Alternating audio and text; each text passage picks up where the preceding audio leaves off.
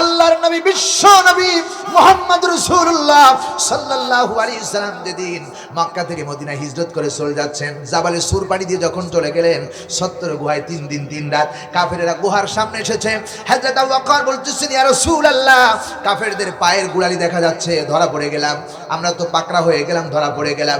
আল্লাহর নবী বলেছেন, ও আবু বকর, ভয় করো না, টেনশন করো না, লা তাহজান ইন্নাল্লাহা মা'না, যেখানে একজন সেখানে আরেকজন সাহায্যকারী আছে, তিনি কে? আরো জোরে বলেন কে? আল্লাহ রাব্বুল আলামিন তাদের চোখটা কেমন করে দিলেন, গুহার দিকে তারা তাকালেন না। সেখানে 3 দিন অবস্থান করে বিশ্বনবী আবু বকরকে নিয়ে মক্কা থেকে মদিনায় চলে গেলেন। আল্লাহ রাব্বুল আলামিন এই জন্য বলেছেন, বান্দারে, যেখানে তুমি আমাকে ডাকবে, উদউনি আস্তাজিব লাকুম, আমাকে ডাকবে, আমি আল্লাহ রাব্বুল আলামিন তোমার ডাকে সাড়া দিব। আল্লাহর কসম করে বলি, সারা বাংলার মুসলমানেরা, সারা বাংলার আলেমরা আল্লাহর কাছে দোয়া করেছিল, আল্লাহ জালিমদের থেকে আমাদের হেফাজত করো। আল্লাহ কথা সাড়া দিয়েছেন, ঠিক কি না? আল্লাহ আছে না নাই? আছে না নাই? রে ভাই সাহেব, সুতরাং যেখানে ডাকবেন সেখানে আল্লাহ সাড়া দিবেন। এই জন্য জবান খুলে আরেকটা বলেন না, ইয়া আল্লাহ, ইয়া আল্লাহ। আল্লাহ নাম ধরে ধরে ডাকবেন, ইয়া রহমান, ইয়া রহিম, ইয়া গফফার, ইয়া সত্তার, ইয়া ওয়াদুদ, ইয়া মুহাইমিন, ইয়া আজিজ, ইয়া কবির, এরকম আল্লাহর নাম ধরে ধরে ডাকবেন, আল্লাহ খুশি হয়ে যাবে। বলি আলহামদুলিল্লাহ। আল্লাহকে ডাকলেই খুশি হয়। প্রিয় ভাই সব, আরেকটি কথা বলি, আমি সামনের দিকে আগাবো। আল্লাহ কেমন ভাবে সাড়া দেন। এই পৃথিবীতে সবাই আমরা মায়ের পেট থেকে এসেছি তা নয়। আমরা আদম আলাইহিস সালামকে দেখেছি, আদম আলাইহিস সালামকে কিতাব পড়ে দেখেছি। আদম আলাইহিস সালামের বাবা ছিল না, মাও ছিল না। আল্লাহ রাব্বুল আলামিন এমন সত্য, এমন ডাকে সাড়া দেন। আদম আলাইহিস সালামকে আল্লাহ রাব্বুল আলামিন শুকনা ঠনঠরি পড়া মাটির মতো মাটি দিয়ে তৈরি করলো। খলাকাল ইনসানা মিন সলসালিন কাল ফাখর। হযরত আদমের বাবা ছিল না, মাও ছিল না, হাওয়ার বাবা ছিল না, মাও ছিল না। এরপরে আমার বন্ধুগণ, হযরত ঈসা আলাইহিস সালামকে মায়ের পেটের ভিতরে, মরিয়মের পেটের ভিতরে তৈরি করেছেন। তার বাবা ছিল না, মায়ের পেটে তৈরি করলেন। আর আমাদেরকে আল্লাহ রাব্বুল আলামিন মার বাবার মাধ্যমে আমসাজ, ইন্না খলাকনাল ইনসানা মিন নুতফাতিন আমসাজ, প্রত্যেকটি বান্দা আমরা যারা এসেছি, আমাদেরকে আল্লাহ রাব্বুল আলামিন আমসাজ, উভয় মায়ের পেট থেকে এবং বাবা মার মিলনের মাধ্যমে তৈরি করলো। আমার বন্ধুগণ, কিন্তু এই মা যখন আমাদেরকে ডেলিভারি করতেছেন, আল্লাহর কসম করে বলি, মায়ের ছোট্ট জায়গা দিয়ে আল্লাহর কুদরত ছাড়া কোনো মা সন্তান ডেলিভারি করতে পারতো না। কথা কয় না, ঠিক না ঠিক? আমার বন্ধুগণ, এই বান্দা যখন ডেলিভারি করতে গেল, অনেক মা ডেলিভারি করতে গিয়ে পৃথিবীর থেকে বিদায় গ্রহণ করেছেন। আবার দুনিয়া অনেক মা সিজার করে ডেলিভারি করতে হয়েছে, কিন্তু অনেক মা আবার ডেলিভারি করতে গিয়েছে নরমালি ডেলিভারি করেছেন। আমার বন্ধুগণ, কিন্তু বান্দি যখন ডেলিভারি করতে পারেন না, এমন সময় বান্দাও ডাকতে থাকেন, ডাইনি ডাকতে থাকেন, আল্লাহ সন্তান আর মাকে 2 জায়গায় করে দাও। আল্লাহকে বারবার ডাকতে থাকে।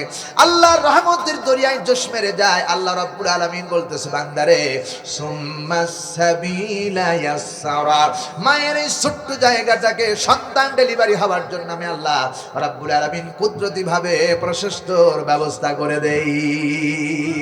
আরো জোরে বলুন, ঠিক কি না? আমার বন্ধুগণ, সেখানে আল্লাহকে ডাকলে আল্লাহ সাড়া দিয়েছেন।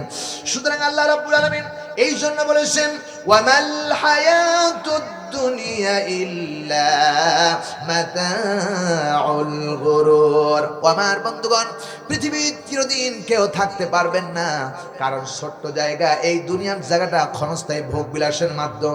আল্লাহ বলতেছেন মাতাউ কলিল, আল্লাহ বলেছে একেবারে ছোট্ট, যা ধরার যোগ্য নাই। দুনিয়ার কোনো মানুষ যদি 1000 বছর পৃথিবীতে বেঁচে থাকে, আখিরাতের তুলনায় 2 সেকেন্ড পৃথিবীতে বাঁচলো। অন্য কোরআনের ভিতরে আল্লাহ রাব্বুল আলামিন বলেছেন, যখন কোনো বান্দাকে কিয়ামতের দিন হাজির করা হবে, জিজ্ঞেস করা হবে কতদিন ছিলে পৃথিবীতে, কেউ বলবে আমরা কেবলমাত্র 1 প্রভাত ছিলাম অথবা 1 সন্ধ্যা ছিলাম। এরকম সময়টা আমরা দুনিয়ার জীবনে অবস্থান করতেছি। সুতরাং কেউ আমরা এই পৃথিবীতে থাকবো না, সবাই একদিন আমার এই দুনিয়া ছেড়ে, আল্লাহর এই জমিন ছেড়ে আমাদেরকে যেতে হবে, আল্লাহর দরবারে উঠতে হবে কিনা। এই জন্য আল্লাহ রাব্বুল আলামিন বলেন, ওয়া ইন্নামা তুওয়াফাউনা উজুরাকুম ইয়াওমাল কিয়ামাহ। জোরে বলেন আল্লাহু আকবার।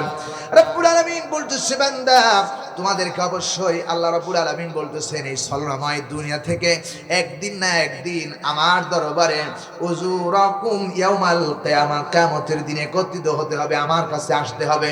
সুতরাং আল্লাহ রাব্বুল আলামিন মৃত্যুর মাধ্যমে আমাদেরকে এই পৃথিবী থেকে আল্লাহর সামনে হাজির করবেন। আমার বন্ধুগণ, এতদিন পর্যন্ত জন্ম থেকে শুরু করে আজ পর্যন্ত অনেক মানুষ চলে গেছে, অনেক মানুষ আসতেছেন, আমাদেরকেও যাওয়া লাগবে। এমনকি আল্লাহ রাব্বুল আলামিন বলেন ইয়াউমা ইয়াকুমুন নাসু লিরাব্বিল আলামিন। আওয়াজ দিয়া পড়েন আল্লাহু আকবার, আর জোরে বলেন আল্লাহু আকবার। আল্লাহ বলছে বান্দারে কিয়ামতের দিন অবশ্যই প্রত্যেকটি প্রাণীকে, প্রত্যেকটি মানুষকে আমার সামনে হাজির হতে হবে। মৃত্যুর মাধ্যমে আল্লাহ রাব্বুল আলামিন আমাদেরকে নিয়ে যাবেন। চিল্লায় বলেন ঠিক না বেঠিক? কিন্তু আল্লাহ পাক বলেছেন বান্দা এই মৃত্যুটা এমন একটি মৃত্যু আল্লাহর পক্ষ থেকে আসেন। আল্লাহ যতক্ষণ পর্যন্ত মৃত্যুর ফায়সালা না করেন পৃথিবীর কোনো মানুষ নাই যে মৃত্যু হতে পারে। আবার যদি আল্লাহ কাউকে রাখে তিনি মৃত্যুবরণ করতে পারবেন না। আল্লাহ যদি কাউকে নিয়ে যায় কেউ থাকতেও পারবেন না। একথা আল্লাহ রাব্বুল আলামিন বলেন। রাব্বুল আলামিন বলেছেন ওয়ামা কানা লিনাফসিন আন তামুতা ইল্লা বিইذনিল্লাহি কিতাবাম মুআজ্জালা। আওয়াজ দেবেন আল্লাহু আকবার। আমার বন্ধুগণ, আল্লাহ রাব্বুল আলামিন বলতেছে বান্দারে সূরা ইমরান 3 নম্বর সূরা 4 নম্বর পারা 15 নম্বর রুকুর 145 নম্বর আয়াতের প্রথম অংশ বলছি। আল্লাহ রাব্বুল আলামিন বলতেছেন ওয়ামা কানা লিনাফসিন আন তামুতা ইল্লা বিইذনিল্লাহ। ততক্ষণ পর্যন্ত কারো মৃত্যু ঘটবেন না যতক্ষণ পর্যন্ত আল্লাহ রাব্বুল আলামিন মৃত্যুর বাজেট পাস না করবেন। আল্লাহর অনুমতি ছাড়া কারো মৃত্যু হয় না। চিল্লা এখন ঠিক না বেঠিক? আরো জোরে বলেন ঠিক না বেঠিক? আমরা যদি রাস্তায় মরে যাই, গাড়ি অ্যাক্সিডেন্ট হয়ে মরে যায় বলে অ্যাক্সিডেন্ট হয়ে মরে গেছে, আসলে এটাই তার বাজেট ছিল। কারণ হলো আল্লাহ রাব্বুল আলামিন বিভিন্ন জায়গায় বিভিন্ন ভাবে বলেছেন আমানতু বিল্লাহি ওয়া মালাইকাতিহি ওয়া কুতুবিহি ওয়া রাসূলিহি ওয়াল ইয়াউমিল আখির ওয়াল কদরি খায়রি ওয়া শাররিহি মিনাল্লাহি তাআলা ওয়াল বা'সি বা'দাল মাউত।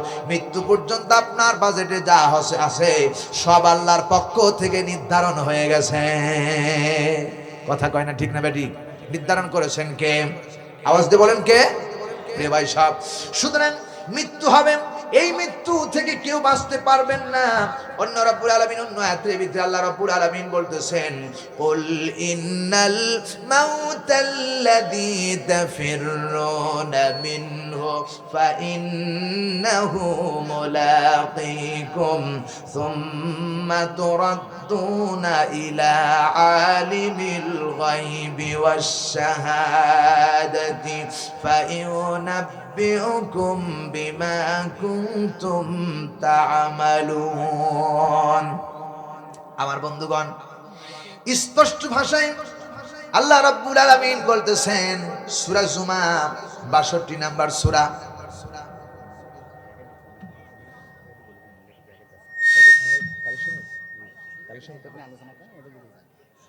সম্মানিত মা বোনরা, আপনাদের মাঝে প্যাকেট যাবে, আপনার মেহরবানি করে যেতে পারেন ইনশাআল্লাহ দিয়ে দিব। মা বোনরা যারা এসেছেন আলোচনা চলতে থাকবে। সম্মানিত মা বোনরা যারা মেহরবানি করে যারা এসেছেন আপনাদের মধ্যে প্যাকেট যাবে, ব্যাগ যাবে, মেহরবানি করে আপনারা যে যা পারেন একটু মেহরবানি করে দিয়ে দেবেন ইনশাআল্লাহ। আল্লাহ আমাদের তৌফিক দান করুন, বলেন আমিন। সুতরাং প্রিয় বন্ধুগণ, আপনাদের কষ্ট লাগতেছে ভাই? খারাপ লাগতেছে? বলবো প্রিয় ভাই সব, আল্লাহ পাক এই জন্য বলতেছেন, রাসূলকে আল্লাহ রাব্বুল আলামিন বলে দিলেন। আমার বন্ধুগণ, সূরা জুমার 8 নম্বর আয়াত আল্লাহ রাব্বুল আলামিন বলতেছেন কুল, হে রাসূল আপনি বলে দেন ইন্নাল মাউতাল্লাযী তাফিরুনা। যদি দুনিয়ার কোনো মানুষ মৃত্যু থেকে পালায়ন করতে চায়, মৃত্যু থেকে যদি দূরে থাকতে চায়, আল্লাহ বলতেছে ফাইন্নাহু মুলাকীকুম। মৃত্যু যেখানেই থাক মৃত্যু তার সাথে মোলাকাত করবেই। চিল্লায় বলেন ঠিক না বেঠিক? এটা আমরা বাস্তবতা দেখেছি। মৃত্যু আমাদের সামনে আসবে এবং আল্লাহ বলেছেন কেন এই মৃত্যুটা দেবেন, সুম্মা সুম্মা তুরাদ্দুনা ইলা আলিমিল গায়বি ওয়াশ শাহাদা। আল্লাহ রাব্বুল আলামিন বলতেছে বান্দারে সেই অদৃশ্যময় আল্লাহ রাব্বুল আলামিন যিনি প্রকাশ এবং গোপন বোঝেন, সে আল্লাহ রাব্বুল আলামিন বলতেছে কিয়ামতের দিন তোমাদেরকে যা করেছো, যা কিছু করেছো, এইগুলো তোমাদেরকে আল্লাহ রাব্বুল আলামিন দেখাবে এবং যা তোমাদের করেছো তা তোমাদেরকে দেখিয়ে দেবে। এই জন্য আল্লাহ রাব্বুল আলামিন মৃত্যুর মাধ্যমে আল্লাহ রাব্বুল আলামিনের কাছে বান্দারে নিয়ে যান। আমার বন্ধুগণ, আমাদের প্রত্যেককেই আল্লাহর সামনে যেতে হবে মৃত্যুর মাধ্যমে। মৃত্যু থেকে কেউ বাঁচতে পারবেন না, এ কথা কি আমার না আমার আল্লাহর? কার বলেন কার? আল্লাহ রাব্বুল আলামিন আবার বলেছেন আইনামা তাকুনু ইউদরিকুমুল মাউত ওয়ালাউ কুনতুম ফি বুরুজিম মুশাইয়াদা। আল্লাহ রাব্বুল আলামিন কোরআনে কারীমের ভিতরে বলছেন বান্দারে ফি বুরুজিম মুশাইয়াদা। আল্লাহ বলছেন মৃত্যু থেকে যদি কোনো বান্দা পালানোর জন্য সীসা ডালা পাচিরের মধ্যে অবস্থান করে, সেখানে মৃত্যু তার সাথে মোলাকাত করবেই। ঠিক না বে ঠিক? জোরে আওয়াজ দিয়ে বলেন ঠিক না বে ঠিক? প্রিয় ভাই সাহেব, সুতরাং মৃত্যু থেকে কেউ পালাতে পারবেন না, সবাইকে মৃত্যুর স্বাদ গ্রহণ করতে হবে। তবে হ্যাঁ, ওয়াল মাউতু মাখলুকুল্লাহি তাআলা, আল্লাহ বলছেন প্রত্যেকটি মানুষের মৃত্যু হবে একবার, আরবার জীবিত করা হবে, আর বান্দা মরবেন না। একবার মৃত্যু হবে, একবারই বান্দা জীবিত হবে। আবার চিল্লায় বলেন সুবহানাল্লাহ। ভাইরা আমার, এই মৃত্যুর বাসে আল্লাহ রাব্বুল আলামিন কুরআনুল কারীমের ভিতরে বলেছেন বান্দারে কেউ পালাতে পারবেন না, কেউ মৃত্যু থেকে পালাতে পারবেন না। সুতরাং মৃত্যু আমাদের সামনে আছে, মৃত্যু বরণ করতেই হবে, এতে কোনো সন্দেহ নাই। তবে মওত নিয়ে কোনো টেনশন নাই, টেনশন একটাই, মরণের পরে আমার আপনার কি হবে? কথা কয় না ঠিক না বে ঠিক? মরতে আমাকে হবেই, প্রত্যেককেই মৃত্যুর স্বাদ গ্রহণ করতে হবে, কিন্তু মরণের পরে কি হবে এই কথা আমাদের চিন্তা ফিকিরি করতে হবে। এই জন্য আল্লাহ রাব্বুল আলামিন ধমকের সুরে, আদবের সুরে বান্দাকে ডেকে বলেছেন ইয়া আইয়ুহাল্লাযীনা আমানু তাকুল্লাহা হাক্কা তুকাতিহি ওয়া লা তামুতুন্না ইল্লা ওয়া আনতুম মুসলিমুন। একটু সকলে আওয়াজ দিয়ে আমার দিকে তাকা বলেন না আল্লাহু আকবার। আর তুমি আল্লাহু আকবার। যারা বেশি বেশি আল্লাহু আকবার বলবে তাদের হাড়ের ব্যায়াম হবে না। আমার ভাইয়েরা, এই জন্য আল্লাহ রাব্বুল আলামিন বলেছেন মৃত্যু নিয়ে কোনো চিন্তা ফিকির নাই, মরতে হবে, কেউ থাকবেন না, সবাই চলে যাবেন মৃত্যুর মাধ্যমে।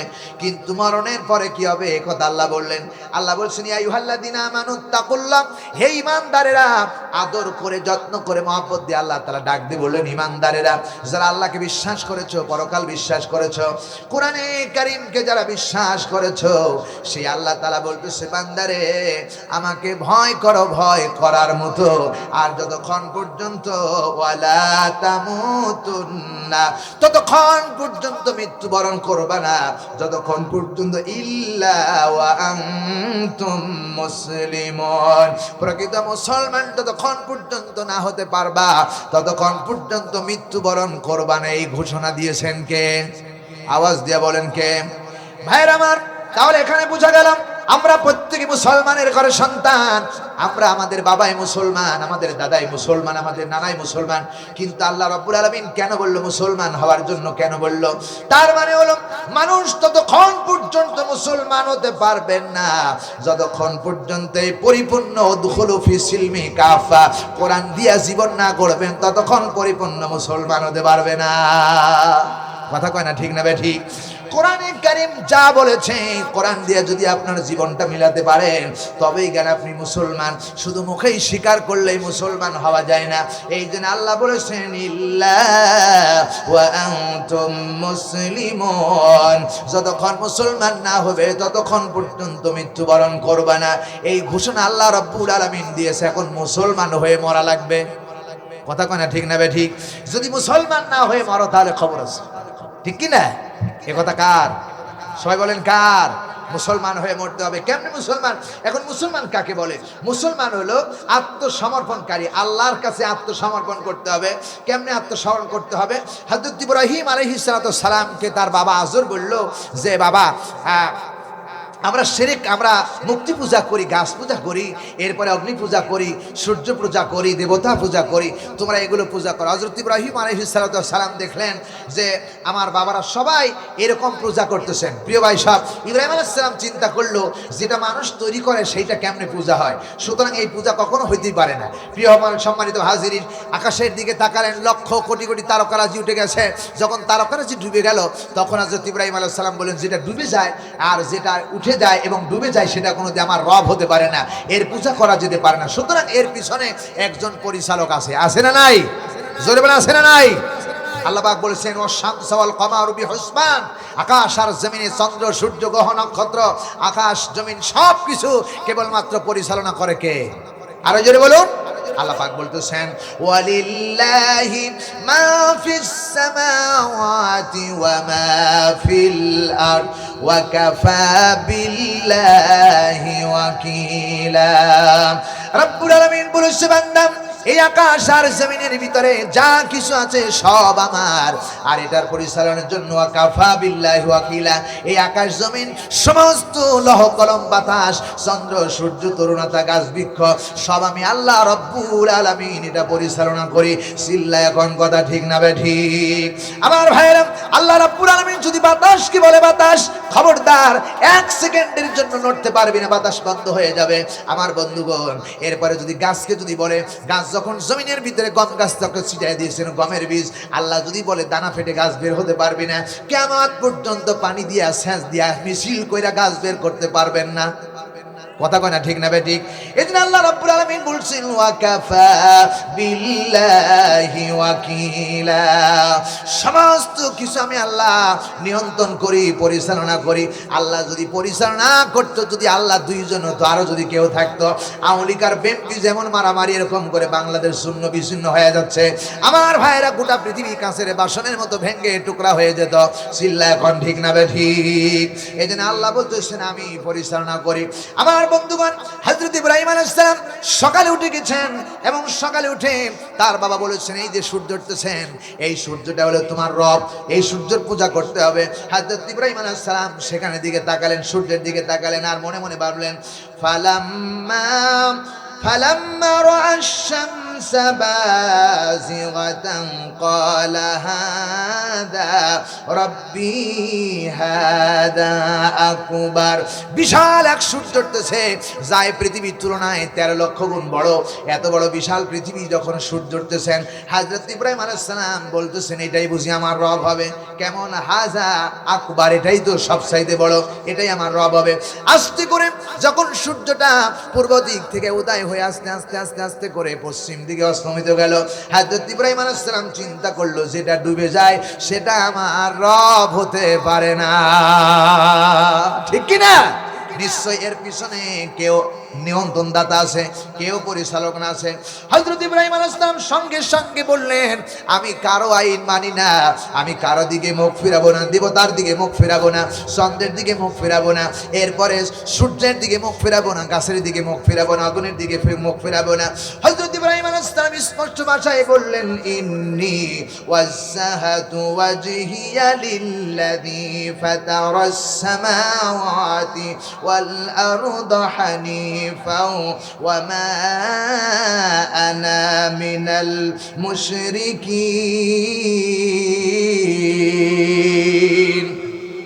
আমার ভাইরা, আল্লাহ রাব্বুল আলামিন ইব্রাহিম আলাইহিস সালাম বলেননি, ওয়াজ্জাহাতু ওয়াজহিয়া লিল্লাযী ফাতারাস সামাওয়াতি ওয়াল আরদ, আমার চেহারা, আমার মুখমণ্ডল সকল দিক থেকে ফিরালাম ওই আল্লাহর দিকে, যিনি আকাশ আর জমিনের মালিক। সুবহানাল্লাহ বলতে ইচ্ছা হয় না বুঝি? আরো জোরে বলুন। আমার ভাইরা, আমরা এইটা জায়নামাজে পড়ি, আল্লাহর কসম করে বলি এটা জায়নামাজের দোয়া না, আল্লাহর কসম এটা জায়নামাজের দোয়া না। এটা হযরত ইব্রাহিম আলাইহিস সালাম সার্বভৌমত্বের ক্ষমতার মালিক আল্লাহ, এবং সব মানতে হবে আল্লাহর জন্য। এইজন্য ইব্রাহিম আলাইহিস সালাম প্রমাণ করেছে, ইন্নী ওয়াজ্জাহাতু ওয়াজহিয়া লিল্লাযী ফাতারাস সামাওয়াতি ওয়াল আরদা হানিফা ওয়া মা আনা মিনাল মুশরিকিন। সব দিক থেকে মুখ ফিরালাম সেই সত্তার দিকে, যিনি আকাশ জমিনের মালিক, আর আমি শিরক করি নাই, শিরকের অন্তর্ভুক্ত নাই।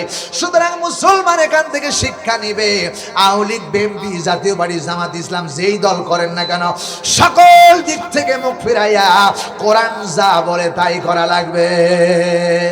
কথা বলেন ঠিক কিনা? সুতরাং এই কোরআন বলেছে আগামী নির্বাচন যখন আসবে, ওয়ালা তাকুল্লিল খাইনিনা খাসিমা, কোন বিশ্বাসঘাতক দুর্নীতি সাদাবাজকে সাপোর্ট করতে পারবেন না। কথা বলেন ঠিক না বে ঠিক? কোরআন বলেছেন ওয়ালা তালবিসুল হক বিল বাতিল, হক আর বাতিল এক না, ওয়ান্তুম তাআলামুন। আল্লাহ বলেছেন জেনে শুনে হক গোপন করবে না। কোরআনে কারিমে এই জন্য বলেছে বান্দা ওয়ালা তাকুল্লিল খাইনিনা খাসিমা, যারা দুর্নীতি, সন্ত্রাস, সাদাবাজ, বিশ্বাসঘাতকতা করে এদের পক্ষে সমর্থন করবেন না, সমর্থন করবেন না। সমর্থন করতে হবে যারা কোরআন প্রতিষ্ঠার আন্দোলন করে, দ্বীন প্রতিষ্ঠা করতে চায়, তাদেরকে সমর্থন করতে হবে। একথা কোরআনে প্রমাণিত। সিল্লা গন্ডি কিনা? সুতরাং কোরআন প্রতিষ্ঠার আন্দোলন করতে গিয়ে ইব্রাহিম আলাইহিস সালাম আগুনের ভিতরে ঝাঁপ দিয়েছেন, নমরুদের আগুনের ভিতরে ঝাঁপ দিয়েছেন। আল্লাহর নবী তায়েফের ময়দানে লক্ষ কোটি কোটি পাথরের আঘাত খেয়েছেন।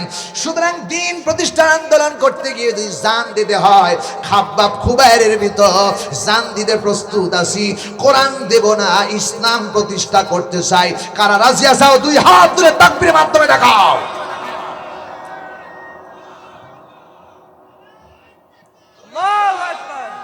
নারে তাকবীর, আল কোরআনের আলো, লিল্লাহে তাকবীর। আমার বন্ধুগণ, ওই কোরআন আইন প্রতিষ্ঠা করতে হবে। ইন্নাহু লা কুরআনুন কারীম, যার সম্মান মর্যাদা আল্লাহ রাব্বুল আলামিন দান করেছেন। কেমন মর্যাদা, কি সম্মান মর্যাদা দিয়েছেন? একটা শিমুল গাছ দাঁড়ায় ছিল, শুনতেছেন কথা? শুনতেছেন আপনারা? একটা শিমুল গাছ দাঁড়ায় ছিল। কোরআনের কি সম্মান, এই কথা বলতেছি। শিমুল গাছ একটা দাঁড়ায় ছিল, যার কোনো মর্যাদা ছিল না। এই গাছটাকে যখন কাটা হলো, এই গাছটাকে কাটার পরে মানুষের এই গাছের উপর দিয়ে স্যান্ডেল, জুতা পাই দিয়ে হাঁটছে। কথা কয় না? হাঁটে নাই? সুমেরে নিয়ে যাওয়া হলো। সুমেরের যারা শ্রমিক ছিল তারা ওই জুতা পাইদের উপর হাঁটছে, হেঁটে হেঁটে এরপরে এটাকে ছোটো করে নিয়ে মেলে ফাঁড়লো। ফাঁড়ার পরে তক্তা হইলো। তক্তা নিয়ে এসে এবার রাজমিস্ত্রির কাছে, কি বলে আপনার, কাঠমিস্ত্রির কাছে দেওয়া হলো। কাঠমিস্ত্রির কাছে যখন দেওয়া হলো, এই কাঠমিস্ত্রির কাছে একটা রিহাল, কোরআন শরীফ রাখার জন্য একটা রিহাল বানানোর জন্য একটা কাঠটা দেওয়া হলো। এই রিহালটা যখন বানাচ্ছিল কাঠমিস্ত্রি, তখন বাটাল দিয়ার হাতুর দিয়া পায়ের নিচে ফেলাইয়া এই কাঠটাকে সুন্দর করে সাইজ করতেছিল। কথা কয় না ঠিক না ব্যাটি? এতক্ষণ পর্যন্ত কোনো মর্যাদা ছিল না কাঠের। যখন রিহাল তৈরি হয়ে গেল, যখন রিহালটা এনে যখন কোরআন শরীফ রাখা হলো, কোরআন শরীফ রাখার পর থেকে এইবার রিহালটা যদি হাত থেকে বান্দার মাটিতে পড়ে যায়, এবার বান্দার পায়ে লাগায় না, এবার কোনো জায়গায় লাগায় না, আগে সর্বপ্রথম মুখে চুমা দেয় আর মানে বুকের মধ্যে আঁকড়ায় নেয়। কথা বলেন ঠিক না ব্যাটি? তাহলে মর্যাদা সম্পন্ন কোরআন। এই কোরআন যদি, এই কোরআন দিয়ে যদি আমার দেশ 56,000 বর্গ মাইলের দেশ যদি কোরআন দিয়ে চলে, আল্লাহর কসম, আমরা অতীতে দেখেছি আবু বকর, ওমর, উসমান, আলী যারা দেশ চালিয়েছে কোরআন দিয়ে, সেখানে কোনো দুর্নীতি, সাদাবাজ, সন্ত্রাস ছিল না। এই কোরআন দিয়ে যদি ইন্নাহু লা কুরআনুন কারীম, সম্মানিত কিতাব দিয়ে যদি আমার দেশ চলে, আমার দেশের মানুষের সম্মানের সাথে বসবাস করতে পারবে। কথা বলেন ঠিক কিনা? এই জন্য এই কোরআনের আইন বর্তমান সমাজে দরকার আছে না নাই? সব দিক থেকে ফিরায়া আজ থেকে আমার নামাজ, আমার কুরবানি, আমার হজ, আমার যাকাত, নামাজ, রোজা, হজ, যাকাত, উঠা বসা, শয়নে স্বপনে, ভটাভটি, ক্যানফাইল, মিছিল, মিটিং, স্লোগান সব হবে এক আল্লাহর জন্য। চিল্লায় কোন ঠিক কিনা? সুতরাং আগামী নির্বাচনে আমার ভোট হবে আল্লাহর কোরআনের সন্তুষ্টির জন্য, আল্লাহর কোরআনের পক্ষে, আল্লাহর সন্তুষ্টির জন্য। চিল্লায় কোন ঠিক না ব্যাটি? এটাই আল্লাহর আইকান্স দাবি। এটা আল্লাহ বলেছেন। কোরআনে ভাইয়ের আমার, আবার বলবেন যে হুজুর কোরআনে তো ভোটের কথা নাই। আল্লাহর কসম, ইংরেজিতে বলা হয় ভোট, আর আরবিতে বলা হয় বিল কিস্তি, রায় দাও, সাক্ষ্য দাও। কোরআন বলেছেন রায় দাও, সাক্ষ্য দাও, ভালো মানুষটারে দাও। কথা কয় না? কথা কয় না? ভালো মানুষটার সাক্ষ্য দেওয়ার জন্য আল্লাহ কোরআন শরীফ বলেছে। আর আমরা এমন মানুষ বলি যে আমরা শরিয়াতের আইন বিশ্বাস করি না। কথা কয় না? কথা কয় না? আছে না নাই? শরিয়াতের আইন যারা বিশ্বাস করে না, এরা মুসলমান না, এরা আবু জেহেল, সরাসরি আবু জেহেল হয়ে গেছে। যতক্ষণ পর্যন্ত তওবা না করবে, আল্লাহর কসমের ব্যবস্থা মারা গেলে জাহান্নামে যাবে। কথা কয় না ঠিক না ভাই? ঠিক। এই জন্য কোরআনের পক্ষে আমাদেরকে থাকতে হবে। প্রিয় ভাই সব, একটি কথা, একটাই দাবি, একটাই বক্তব্য, আমার দেশটাকে কোরআন সুন্নাহর দেশ আমরা গড়তে চাই। ঠিক না ভাই? ঠিক। আমরা যেখানেই থাকি শান্তিতে ঘুমাতে চাই। নারী তার নিরাপত্তা নাই, পুরুষ তার যৌবন নিরাপত্তা নাই। নারী কলেজ ইউনিভার্সিটিতে বাড়িতে আসবে, তার নিরাপত্তা নিয়ে সতীত্ব নিয়ে ফিরতে পারছেন না। ক্ষমতার দাপটে আজ বাংলাদেশের মানুষের অধিকার নষ্ট করা হয়েছে। আমার ভাইয়ের একজন মুসলমানদের অধিকার নষ্ট করা হয়েছে, একজন হিন্দু নষ্ট করা হয়েছে। সুতরাং প্রত্যেকের অধিকার বাংলার কোরআনে কারীম ফিরিয়ে দিতে চাই। এই জন্য কোরআনের পার্লামেন্ট তৈরি করতে হবে। যদি কোরআনের পার্লামেন্ট তৈরি করতে না পারি, আগামী তেমন সময় আসবে আর পালানোর জায়গা খুঁজে পাওয়া যাবে না। কথা বলেন ঠিক না ঠিক? সুতরাং আর পালাতে চাই না, কোরআনের রাজ কায়েম করতে চাই। কারা রাজ্যে যাবার তুই হাত তুলে আল্লাহরে দেখাও। নারে তাকবীর। আল কোরআনের আলো, আল হাদিসের আলো, লিল্লাহে তাকবীর। হাত নামান। এই কোরআন প্রতিষ্ঠা হলে কি হবে একটু বাস্তব বলেছি, সেই যুগের কথায় ফিরে যাই। হয়তো তোমার রাদিয়াল্লাহু তাআলা আনহু পাহাড়ি এলাকা দিয়ে রাত্রি 12:30 বাজে পাহাড়ি এলাকা দিয়ে হাঁটতেছেন। একটা সুন্দরী যুবতী নারী, বোরকা পরিহিত 18 বছরের যুবতী নারী পাহাড়ি এলাকা দিয়ে রাতের গভীরে একা একা আসতেছে। হয়তো তোমার রাদিয়াল্লাহু তাআলা আনহু ছদ্মবেশে পাহাড়ি এলাকা দিয়ে হাঁটতেছেন। কে কি করতেছে আমার দেশের মানুষ। হয়তো তোমার রাদিয়াল্লাহু তাআলা ওই সময় কোরআনের রাষ্ট্র কায়েম করেছেন, কোরআনের রাজ চলতেছে, কোরআনের আইন চলতেছে। মেয়েটির সামনে দাঁড়ায় গেছে, অন্ধকার রাত, থমকে দাঁড়িয়ে গেছে। ওমর রাদিয়াল্লাহু তাআলা গর্জন শুনে বলেছে, কে? মহিলাই ডাক দিয়ে বলেছেন, আসসালামু আলাইকুম ওয়া রাহমাতুল্লাহ। সুবহানাল্লাহ বলতে পারেন নাই? আহা কি আদব। মহিলাটি ডাক দিয়ে বলতেছেন, আমি একজন নারী। এবার ওমর রাদিয়াল্লাহু তাআলা আনহু বলতেছেন, মেয়েটাকে ডাক দিয়ে বলছে, মা তুমি এত রাতে, গভীর রাতে একা একা নির্জন জায়গা দিয়ে পাহাড়ি এলাকা দিয়ে হাঁটতেছো, তোমার কি কোনো হৃদয়ের মধ্যে ভয় নাই? কোনো যুবক তোমাকে উত্তপ্ত করতে পারে? কোনো পুরুষ তোমাকে, তোমার সতীত্ব নষ্ট করতে পারে? মহিলা দেবার ডাক দিয়ে বলতেছেন, কে আপনি? রাস্তার প্রতীক আমি জানি না, এই গভীর রাতের প্রতীক আপনাকে জানি না, আপনাকে সম্মান করি, শ্রদ্ধা করি, ইজ্জত দেই, তবে কি আপনি কি জানেন না এটা ওমরের দেশ, এটা কোরআনের দেশ, যেখানে কোরআনের আইন চলে, সেখানে কোনো পুরুষ কোনো যুবতীর দিকে তাকানোর সাহস পায় না। চিল্লায় এখন সুবহানাল্লাহ। মেয়েটা ডাকদ কণ্ঠে বলতেছে, এটা কোরআনের দেশ, এটা ওমরের দেশ, খলিফাতুল মুসলিমিন হযরত ওমর কোরআন দিয়ে রাষ্ট্র চালায়। এখানে কোন পুরুষ কোরআনের ওই আইনটা মানে কুল্লিল মুমিনিনা ইয়াগুদ্দু মিন আবসারিহিম ওয়া ইয়াহফাজু ফুরুজাহুম। হে যুবকের দলেরা, তোমরা প্রত্যেককে বেগানা নারী থেকে তোমাদের চোখটাকে নিম্নগামী করো, এই আইন চলে। সুতরাং মক্কা মদিনায় কোন যুবক কোন যুবতীর দিকে তাকানোর সাহসই পায় না। এটা ওমরের দেশ, এটা কোরআনের দেশ। সুবহানাল্লাহ বলতে চায় না বুঝি? তাহলে কোরআনের রাষ্ট্র যদি চলে তাহলে সেখানে শান্তি পেয়েছেন। রাসূলুল্লাহ খাবার দিয়েছেন, প্রিয় ভাই হযরত ওমর রাদিয়াল্লাহু তাআলা আনহু জেলখানায় খাবার দিয়েছেন। আমার বন্ধুগণ, আর আমার দেশের মুসলমানরা আলেমদের মাঝায় দড়ি বেঁধে জেলখানায় বন্দী করে। কথা কয় না, কথা কয় না। হায় হায়, পার্থক্য এইটুকু কোরআনের সমাজ না থাকার কারণে। সুতরাং কোরআনের সমাজ আমরা চাই, চাই কি চাই না? কোরআনের সমাজ চাই কি চাই না? আল্লাহ যেন আমাদের কোরআনের সমাজ তৈরি করার তৌফিক দান করে বলে আমিন।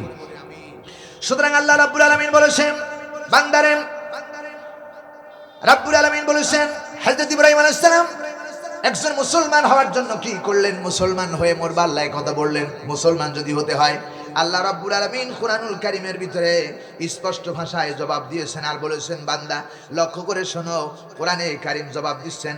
আল্লাহ রাব্বুল আলামিন বলতেছে, বান্দারে, ওয়া মান ইয়াবতাগি গায়রাল ইসলামি দীনান ফালাই ইউকবালা মিনহু ওয়া হুয়া ফিল আখিরাতি মিনাল খাসিরিন। জোরে জোরে আওয়াজ দেবেন আল্লাহু আকবার। আল্লাহ বলেন সূরা ইমরান 3 নম্বর সূরা 3 নম্বর পারা 9 নম্বর রুকুর 85 নম্বর আয়াত। আল্লাহ পাক বলতেছে, বান্দারে, ওয়া মাইয়াত্তাবি গায়রাল ইসলামি দীনান ফালাই ইউকবাল মিনহু। কোরআনের আইন ছাড়া, ইসলামের আইন ছাড়া যদি কোনো মানুষ নিজের বানোয়াট তৈরি করে আইন দিয়ে সমাজ চালাতে চায়, গ্রাম চালাতে চায়, পরিবার চালাতে চায়, আল্লাহ বলতেছেন, ওয়া হুয়া ফিল আখিরাতি মিনাল খাসিরিন। সেই দুনিয়া এবং আখিরাতে ক্ষতিগ্রস্ত হবে। এ কথা কার? আরো জোরে বলেন কার? সুতরাং আল্লাহ রাব্বুল আলামিন বলতেছেন, বান্দারে, এই কোরআনে কারীম আমি আল্লাহ রাব্বুল আলামিন এই জন্য দিয়েছি যাতে করে বান্দা এই কোরআন দিয়ে নিজের জীবন চালাতে পারে। জিরার পরিবার থেকে নিয়ে রাষ্ট্র পর্যন্ত এই কোরআন দিয়ে যদি চলে আমার বন্ধুগণ, তাহলে দেশের মানুষ শান্তি পাবে। এই জন্য আল্লাহ বলেছে, বান্দা এই কোরআন দিয়া জীবন চালানো লাগবে। অন্যত্র আল্লাহ বলেছেন, ইত্তাবিউ মা উনজিলা ইলাইকা মির রাব্বিক। ও আমার বান্দারা, ও আমার বান্দারা, তোমাদের কাছে আমি আল্লাহ রাব্বুল আলামিন দুনিয়ার কোন জামাত ইসলামের কর্মীর আদর্শ মানার দরকার নাই, আওয়ামী লীগের আদর্শ মানার দরকার নাই, বিএনপির আদর্শ মানার দরকার নাই। ইত্তাবিউ মা উনজিলা ইলাইকুম মির রাব্বিক, এই কোরআনের আদর্শ যদি মানতে পারো তাহলে তুমি সাকসেসফুল হতে পারবা। চিল্লায় গন্ডি কিনা?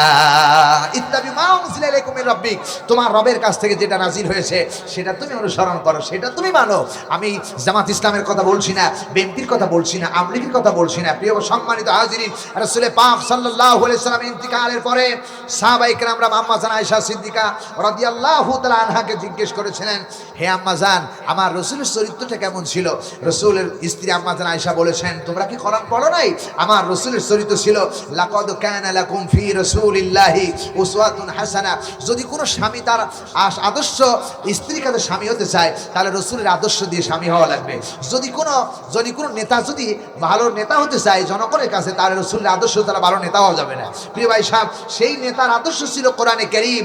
আয়েশাকে জিজ্ঞেস করা হয়েছে এবং প্রিয় সম্মানিত ভাইরা, রাসূল তার স্ত্রীদেরকে বলেছেন, আমার বিবিরা ও আমার স্ত্রীরা, আমি রাতের বেলা যা করি, দিনের বেলা যা করি, সব মানুষের কাছে খুঁটে খুঁটে বর্ণনা করে দাও। জোরে বলেন না আল্লাহু আকবার। তেমন নেতার অনুসরণ করতে হবে। এই নেতার অনুসরণ করে আলেমরা, কথা কয় না? আলেমরা কার নেতার অনুসরণ করে? প্রিয় ভাই সাহেব, সুতরাং কোরআন যা বলেছে সেদিকে আমাদেরকে ধাবিত হতে হবে।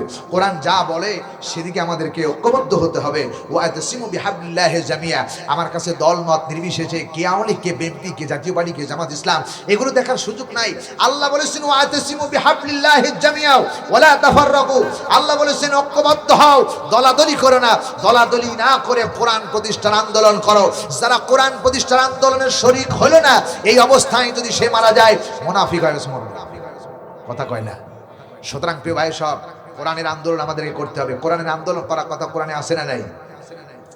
আল্লাহ রাব্বুল আলামিন একথা বলেছেন সূরা সাফের ভিতরে, ইন্নাল্লাহা ইউহিব্বুল্লাযীনা ইউকাতিলুনা ফি সাবিলিহি সাফফান কাআন্নাহুম বুনিয়ানুম মারসুস।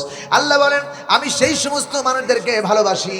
আল্লাহ পাক বলতেছেন, নিশ্চয় আমি ভালোবাসি তাদেরকে যারা সীসা ডালা পাসিনের মতো আল্লাহর দ্বীন কায়েমের জন্য আল্লাহর রাস্তায় সংগ্রাম করতে থাকে, আল্লাহর দ্বীন প্রতিষ্ঠা করার জন্য মুসাফা করতে থাকে, মুসাধারা করতে থাকে, এরপরে প্রচেষ্টা করতে থাকে। এই সমস্ত মানুষকে আমি আল্লাহ রাব্বুল আলামিন ভালোবাসি।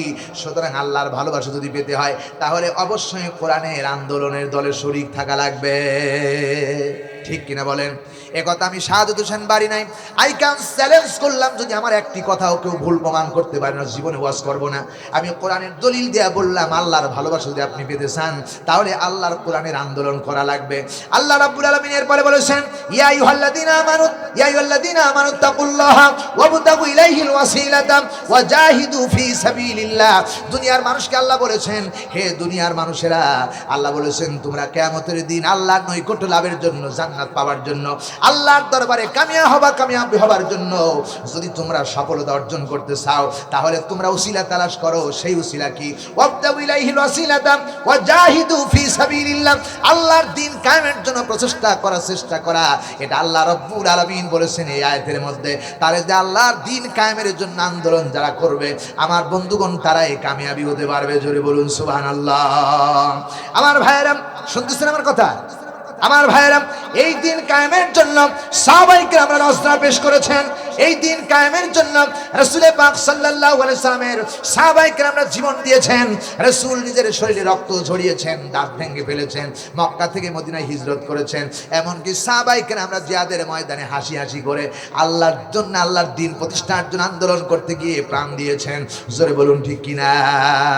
আপনারা শুনেছেন, সাইদি সাহেবের মুখে অত্যন্ত বিনয়ের সাথে শুনেছেন, রাসূল পাক সাল্লাল্লাহু আলাইহি সাল্লাম দ্বীন প্রতিষ্ঠান আন্দোলন করার জন্য জিহাদের ময়দানে সাহাবায়ে কেরামদেরকে প্রস্তুত করতেছে। শুনতেছেন না আপনারা? শুনেছেন আপনারা? সাইদি সাহেব বলেছিলেন জিহাদ হবে মুতার প্রান্তরে। কোথায়? জিহাদ হবে মুতার প্রান্তরে। রাসূল পাক সাল্লাল্লাহু আলাইহি সাল্লাম বলেন, এই জিহাদের ময়দানে সেনাপতির দায়িত্ব পালন করবে আমার পালক পুত্র জায়েদ। কোথায়? হযরত জায়েদ দাঁড়ায় গেছে। 2 নম্বরে, এই জিহাদের ময়দানে সেনাপতির দায়িত্ব পালন করবে আমার সাহাবী, আমি কি আমার চাচাতো ভাই জাফর বিন আবি তালেব। 3 নম্বরে, জিহাদের ময়দানের সেনাপতি দায়িত্ব পালন করবে আমার সাহাবী আব্দুল্লাহ বিন রাওহা। কোথায়? হযরত আব্দুল্লাহ বিন রাওহা দাঁড়ায় গেছে। বন্ধুগণ, রাসূল পাক বললেন, তোমরা পরিবার থেকে সালাম করে বিদায় নিয়ে আসো। আমার বন্ধুগণ, জিহাদের ময়দানে সেনাপতি লাগে কয়জন? কথা কয় না। কয়জন লাগে? কয়জন? একজন। রাসূল বললেন কয়জনের কথা? তার মানে বোঝা হয়ে গেছে এই জিহাদের ময়দানে যে তিনজনের নাম রাসূল ঘোষণা করেছেন তার একজনও ফিরে আসবে না। হযরত যায়েদ দাঁড়ায় গেলেন আর বললেন, ইয়া রাসূলুল্লাহ, আমি আপনার পালক পুত্র, আপনি অর্ডার করেছেন আর আমার মা আয়েশা ঘরে বসে শুনেছেন, আমার তো আর কোনো যাবার রাস্তা নাই। হযরতে জাফর বিন আবি তালেব চলে গেলেন বাড়িতে গিয়ে রুমের বাইরে দাঁড়িয়ে বিবিকে সালাম দিলে বললে, বিবি রে, রাসূলুল্লাহ আমাকে জিহাদের জন্য সেনাপতি নির্বাচন করেছেন, আমি জিহাদে যাচ্ছি। দীর্ঘদিন ঘর কন্যা করলাম, কোনো হক যদি আদায় করতে না পারি, আল্লাহর রাস্তায় আমার পরে কোনো দাবি রেখো না, বিদায় দাও, সালাম করতে আসলাম। হযরতে জাফরের স্ত্রী দুহাত উঁচু করে আল্লাহর দিকে হাত উঁচু করলেন আর বললেন, হায় আল্লাহ তাআলা, রাসূলুল্লাহ আমার স্বামী জাফরকে জিহাদের জন্য সেনাপতি নির্বাচন করেছেন, আমি জিহাদ থেকে ফিরে থাকতে বলবো না। হায় আল্লাহ তাআলা, আমার স্বামী জাফরকে জিহাদ ছেড়ে গাজী বানায় আমার ঘরের ভিতরে পৌঁছায় দিয়েন। আমার ভাইরা, হযরতে জাফর তরবারি উল্টা পিঠ দিয়ে স্ত্রীর হাতে মৃদু আঘাত করলেন আর বললেন, বিবি রে, উল্টা দোয়া করো না, আল্লাহর দরবারে তোমার দোয়া মঞ্জুর হবে না, যেহেতু রাসূলুল্লাহ আমার নাম 2 নম্বরে ঘোষণা করেছেন। বিবি রে, আমার আগে একজন আছে, পরেও একজন আছে। বিবি রে, নির্ঘাত ওই মুতার বন্দরে আমি শহীদ হয়ে যাব, জনমের মতো দেখা করতে আসলাম, এই জীবনে তোমার সঙ্গে আমার আর দেখা হবে না। আমার ভাইরা, হযরতে জাফর চললেন, পিছনে পিছনে ছেলেমেয়েরা কাটা কবুতরের মতো কাঁদতেছেন। হযরতে জাফর একবার পিছনের দিকে তাকায় দেখলেন না কারা কাঁদেন। হযরতে জাফর চলে গেলেন। আমার বন্ধুগণ, এবার হযরত আব্দুল্লাহ বিন রাওহা বাড়ি চলে গেলেন। সেই রাত ছিল তার ফুল সজ্জার রাত, নতুন বিবাহ করেছেন। আমার ভাইরা বাড়িতে গিয়ে শোনেন বিবি কোরআনে কারীম তেলাওয়াত করতেছেন। রুমের বাইরে দাঁড়িয়ে বলেন, বিবি রে, আমি রাসূলুল্লাহ আমাকে জিহাদের জন্য সেনাপতি নির্বাচন করেছেন, নতুন বিবাহ হলো, আমার সালামটা গ্রহণ করো। আমি তোমার স্বামী আব্দুল্লাহ বিন রাওহা এসেছি, আমার সালামটা গ্রহণ করো আর আমারে বিদায় দাও, আমি জিহাদের ময়দানে যাচ্ছি। হযরত আব্দুল্লাহ বিন রাওয়ার স্ত্রী বলেন, পানের স্বামী আমার, শুধু একটা বার আপনি আমার ঘরের ভিতরে প্রবেশ করুন। হযরত আব্দুল্লাহ বিন রাওয়া বললেন, বিবি রে, ঘরের ভিতরে যাব না, ঘরের ভিতরে গেলে তোমাকে দেখলে আমার প্রেম ডাকবে, আমার ভালোবাসা জন্ম হবে, সুতরাং ঘরের ভিতরে যাব না। বিবি বললেন, পানের স্বামী আমার, শুধু একটা বার আপনি আসবেন, আল্লাহি, আল্লাহর কসম করে বলি আপনার সাথে আমি প্রেম নিবেদন করব না। আমি নতুন বিবাহ হলো, আমি মদিনার এক সুন্দরী নারী, শুধু আপনি আমারে দেখলেন না, আমি আপনারে দেখলাম না, শুধু একটা বার আপনি আসেন, আপনার চেহারাটা শুধু একটা বার আমি দেখে রাখতে চাই, যাতে করে কিয়ামতের দিন লক্ষ কোটি কোটি মানুষের ভিতরে আপনাকে স্বামী হিসাবে চিনে নিতে পারি।